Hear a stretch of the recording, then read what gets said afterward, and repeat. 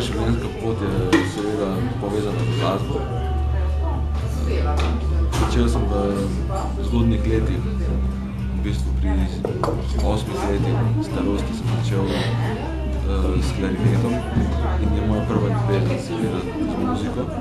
Potem stvari so se stopnjevali in je prišlo do tega, da sem to čez recimo 10 let, da sem začel tudi skladati glasbo, sem odkril še ta talent v meni in danes ustvarjam na več področjih z različnimi glasbeniki uveljavljenimi, tako da to mi je super.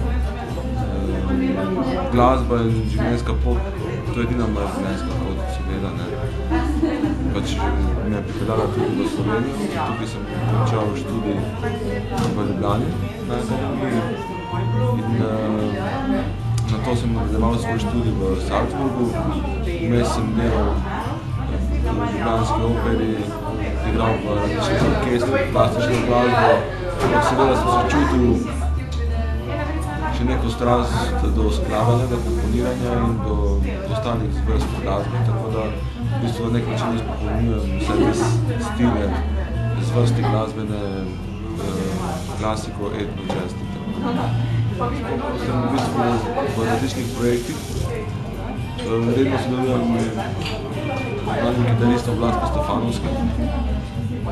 Sem njegov gost in zdaj smo naredili svoj projekt z njegovim bendom, Kabadaja se reče, in smo ravno posneli CD ravno januarja v Skopju. Zdaj izide junija, imamo veliko koncertov tudi z njimi.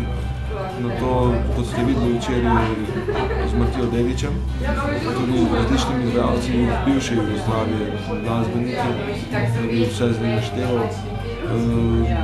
V bistvu zelo rad sodelujem v različnih projektih, ki se jim prilagajam, zato ker mi dajem širino. Seveda tudi na klasični glasbi imam dosti koncertov, predvsem v Avstriji nastopamo s klasično glasbo, kjer končujem magisterij. Imam odličnega profesorja Mentorja, ki je bivši dirigent Berlinske filharmonije in veliko stvari me je še dodatno naučil. Mislim, če se hoče se vse da, samo je kar zahtevno, ker priklopiti potem recimo po koncertih ali pa po raznih turnejah priti domov, ker je neredno življenje in tako mora biti, to je res težko, ampak to je vse stvar navade, tako da drugo nam ne preostane. Seveda imam otročka majhnega sineka, s katerim sem tudi napisal skladbo, zadnja skladba je bila posvečena ravno njemu. In to mi v bistvu deva še neko dodatno ljubezen energijo za ustvarjanje, tako da potem tukaj te stvari se prepletajo. Je pa res težko iz odra stopiti do normalno življenja. Gre različne stvari, seveda predvsem ljubezen do življenja, res do lepih stvari skladam ponovadi po noči, tudi ne mir, tako da ljubezen do lepih stvari, do narave, res, do ljudi, tako naprej. Zdaj se počutim odlično, res, tu imamo umetniško četrt, ki sem jo odkril, v bistvu mi se nekako volkamo umetniki in sem prišel sem.